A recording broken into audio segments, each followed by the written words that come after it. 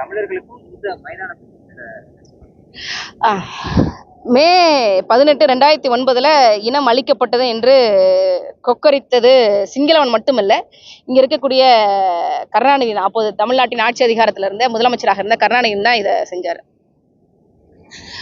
ஆனால் வந்து தமிழ்நாட்டு தமிழர்கள் மட்டும் இல்லை, உலக தமிழர்கள் எல்லார் மத்தியிலும் ஒரு பேசு பொருளாக இருந்தது தமிழினத்தை கொண்டுட்டாங்க, இனத்தை கொண்டுட்டாங்க, இயக்கத்தை சாய்ச்சிட்டாங்க அப்படிங்கிற ஒரு பேச்சு வந்து தம்பி பாலச்சந்திரன் அவர்களை வந்து முத நாள் பிஸ்கட் கொடுக்குறோம், அடுத்த நாள் வந்து நெஞ்சில சுட்டு கொண்டுட்டாங்க. இந்த பேச்சுகள் வந்து ரெண்டு தமிழர்கள் சந்தித்து கொண்டாலே, தமிழர்கள் தனியாக இருந்தாலும் இந்த சிந்தனைகள் தமிழர்கள் மத்தியில் ஓடிக்கிட்டே இருந்தது.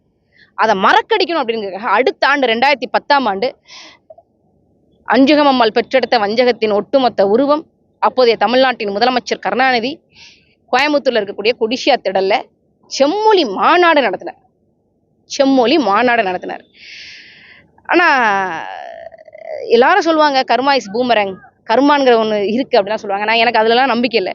ஆனால் நான் அப்போது கோயம்புத்தூரில் பிஹெச்டி டெக்கில் பிஇசி இறுதி ஆண்டு படிச்சுட்டு இருந்தேன். என்னுடைய கல்லூரியிலேருந்து அப்போது 2 ரூபா பேருந்து கட்டணம், அந்த 2 ரூபா கொடுத்துட்டு பிஹெச்டி டெக்கில் இருந்து கொடிஷியாவுக்கு டிக்கெட் எடுத்து கட்டணம் எடுத்து வருவேன். வந்து நான் பார்ப்பேன் அந்த ஏற்பாடுகள், செம்மொழி மாநாட்டுக்கான ஏற்பாடுகள்லாம் எப்படி இருக்குன்னு பார்க்கும்போது என்னால் வந்து அதை நம்பவே முடியல. இப்படி ஒரு மாநாடு நடத்தினா இன விடுதலைக்காக போராடிய அந்த போராட்டத்தை மறைச்சிடலாமா, இன விடுதலை வேண்டி நின்ற அந்த மக்களுடைய வழிகளை மறைச்சிடலாமா அப்படின்னு சொல்லி நமக்கு அந்த சிந்தனைகள் ஓடிக்கிட்டே இருக்கும். அப்போ அந்த இந்த இந்த இந்த வழியெல்லாம் வந்து பல்வேறு அரங்கங்கள் வந்து அமைச்சிருந்தாங்க. ஒவ்வொரு அரங்கமும் அவ்வளோ பிரம்மாண்டமாக இருக்கும். நீங்க பாத்தீங்க அப்படின்னா அப்போ செம்மொழி மாநாட்டுக்குன்னு வந்து பெருசா நிதியை ஒதுக்கல. ஆனா எங்கிருந்து அந்த நிதியை எடுத்தாங்க அப்படின்னா, அப்போ தாழ்த்தப்பட்ட ஒடுக்கப்பட்ட மக்களுக்கு ஒதுக்கப்பட்ட மத்திய அரசாங்கம் ஒதுக்கியிருக்கும் இல்லையா, அந்த நிதியில இருந்து செம்மொழி மாநாடு நடத்தினார் அப்போதைய முதலமைச்சர் கருணாநிதி. அந்த அந்த நினைவுகள் எல்லாம் எனக்கு வருது. இந்த சாலையில நடந்து போகும்போது கருணாநிதியினுடைய குடும்பம் வந்து தனியாக போகணும், அவங்க மக்களுடைய தொந்தரவு இல்லாம தனியாக போகணும் அப்படின்னு சொல்லி அவங்களுக்கு ஒரு தனி சாலை அமைச்சிருந்தாங்க அவங்க போறதுக்கு.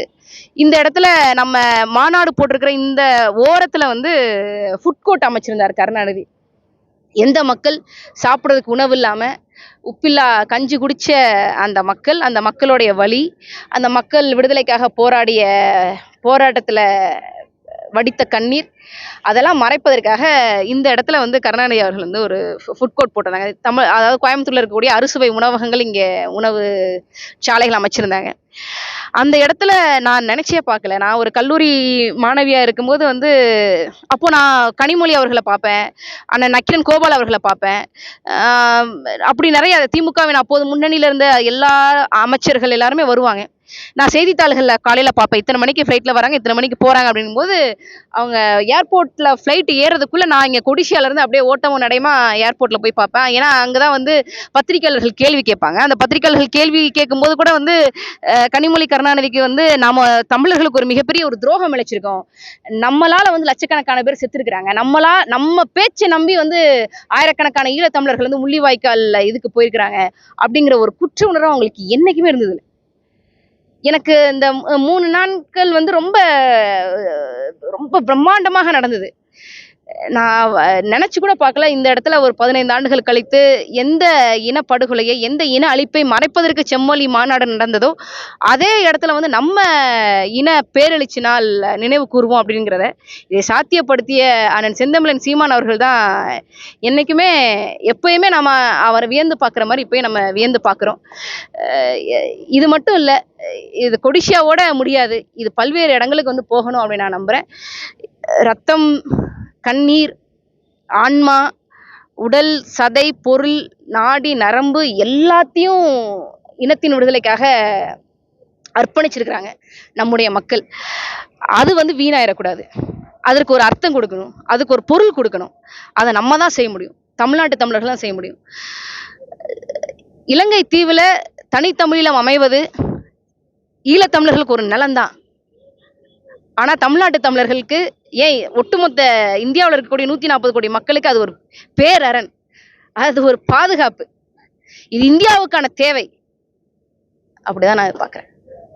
அதாவது 15 ஆண்டுகளுக்கு முன்பு செம்மொழி மாநாடு நடந்தது, அதே 15 ஆண்டுகள் கழித்து அங்கீகரிக்கப்பட்ட கட்சியா இருக்கீங்க. அந்த அங்கீகரிக்கப்பட்ட கட்சியா ஆனதுக்கு அப்புறம் நீங்க நடத்துற அங்கீகரிக்கப்பட்ட கட்சி மட்டுமல்ல, அதுவும் மிக குறுகிய காலகட்டத்தில் நீங்க பார்த்தீங்கன்னா 2014 பாமக வந்து தன்னுடைய மாநில கட்சிக்கான அங்கீகாரத்தை இழந்து விட்டது. 2014 இருந்து அது மாநில கட்சி கிடையாது, ரெகக்னைஸ்ட் ஸ்டேட் பார்ட்டி கிடையாது. நீங்க பார்த்தீங்கன்னா 30 ஆண்டுகளுக்கு மேலாக விடுதலை சிறுத்தைகளுடைய தலைவர் திருமா அவர்கள் தொடர்ச்சியாக பல்வேறு இடங்கள்ல பேசி மாறி மாறி கூட்டணி சவாரி செஞ்சு அதிமுக, திமுக, பாஜகவின் முதுகுல கூட ஏறி கூட்டணி சவாரி செய்து 30 ஆண்டுகள் கழித்து அங்கீகாரம் பெற்ற ஒரு மாநில கட்சியாக உயர்ந்திருக்கிறார். ஆனா தமிழர்கள் பாருங்க, தமிழர்களுக்கென்று இருக்கக்கூடிய ஒரு கட்சி, தமிழ்நாட்டுக்கென்று இருக்கக்கூடிய ஒரு கட்சி, தமிழர்களின் உரிமைகளையும் தமிழ்நாட்டு வளங்களையும் நலங்களையும் பாதுகாக்க வேண்டும் என்கின்ற ஒரு கட்சி முதல்ல தேர்தலில் போட்டியிட்டது 2016 தான். 2016 போட்டிட்டு 2024 ஒரு குறுகிய காலகட்டத்தில் ஒரு 8 ஆண்டுகள்ல எந்த கட்சியோடையும் கூட்டணி கிடையாது. சாதி மதம் பார்க்காத வேட்பாளர் நிப்பாட்டி காசு பைசா கூட கிடையாது, காசு ஒரு பைசா கிடையாது. மற்ற கட்சிகள் தேர்தல் களத்துல கொட்டுகின்ற காசெல்லாம் வந்து நமக்கு அது கூடலாம் நாம் தமிழர் கட்சிக்காரங்க, நாம் தமிழர் கட்சி வேட்பாளர்கள், நாம் தமிழர் கட்சியோ போடுற காசு வந்து காசே கிடையாது. ஆனாலும் வந்து நாம இன்னைக்கு இந்திய தேர்தல் ஆணையத்தினால அங்கீகரிக்கப்பட்ட ஒரு மாநில கட்சியாக மாறி இருக்கோம். நம்முடைய சின்னமாக, அங்கீகரிக்கப்பட்ட சின்னமாக அண்ணன் செந்தமிழன் சீமான் அவர்கள் ஏற்கலப்பை சுமந்து செல்லக்கூடிய உழவனை நமக்கு கொண்டு வந்திருக்கிறாங்க. விவசாயியே எண்ணமும் சின்னமும் ஒரே மாதிரி ஒரு கட்சிக்கு அமைஞ்சிருக்கு அப்படின்னா அது நம்முடைய நாம் தமிழர் கட்சியினுடைய சின்னம் தான், விவசாயி தான்.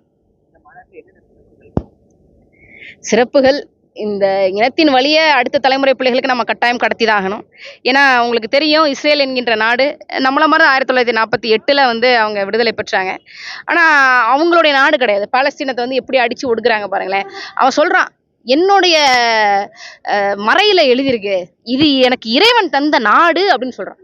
இறைவன் எனக்காக கொடுத்த நாடு அப்படின்னு. ஆனால் நாடு இல்லாமல் 2000 ஆண்டுகள் அழிஞ்சிருக்கான். இஸ்ரேலிகள், யூதர்கள் நாடு இல்லாம 2000 ஆண்டுகள் அலைஞ்சிருக்காங்க. ஆனா அவன் எப்படி இந்த நாடை பெற்றான்? அவன் பெற்றது தப்பு, அவன் செய்யறது தப்பு, எல்லாமே தப்பு. ஆனா அவன் எப்படி பெற்றான்னு ஒரு கேள்வி இருக்குல்ல. எப்படி பெற்றானா, ஒவ்வொரு தலைமுறையா அவன் கடத்திருக்கான், அவனுடைய வழியை கடத்திருக்கான். இது நாடு, இறைவன் நமக்கு கொடுத்த நாடு அப்படின்னு சொல்லி அவன் அதை கடத்திருக்கான். அதனால இது சாத்தியப்பட்டது. அதனால வந்து இந்த இன பேரெழுச்சி நாள் நினைவு கூறுவதனுடைய மிக முக்கிய நோக்கம் இன விடுதலையை பெறணும், தனித்தமிழீழத்தை அடைஞ்சே தீரணும் அப்படிங்கிறது. அப்புறம் நாம இப்படிலாம் அழிக்கப்பட்டிருக்கோம், நம்மளை இப்படிலாம் அழிச்சிருக்கிறாங்க, யார் யார் அழிச்சாங்க, அவங்கள நம்பி தமிழர்கள் திரும்ப ஏமாறக்கூடாது அப்படிங்கிற தகவலை நம்ம அடுத்த தலைமுறை பிள்ளைகளுக்கு கடத்தணும். இன்னும் பேரெழுச்சியாக 36 லட்சம் தமிழர்களை அடுத்து இருக்கக்கூடிய தமிழர்களுக்கு, மீதி தமிழர்களுக்கு நம்ம கடத்தணும், அந்த தேவை இருக்கு. அப்புறம் மிக முக்கியமாக தமிழர்கள் வந்து உணர்வு சூட்டோட இருக்கணும், இன உணர்வு சூட்டோட இருக்கணும். அதற்காக நடத்தப்படுகிறது. அதுதான் ஒரு மிகப்பெரிய ஒரு சிறப்பாக நான் பார்க்குறேன். ஆமா, நாளை அதெல்லாம் வந்து சஸ்பென்ஸ். நாளைக்கு அண்ணன் வந்து நியூஸ் வந்துருச்சு. ஆனால் வந்து அது அண்ணன் கையில், அண்ணன் இதில் சொல்லும் போது அது மேலும் சிறப்படையும் அப்படின்னு சொல்லி நம்புகிறோம். மேலும் பல சர்ப்ரைஸ்கள், பல முக்கியமான விஷயங்கள் அண்ணன் நாளைக்கு மேடையில் சொல்லுவாங்க. மிக்க நன்றி.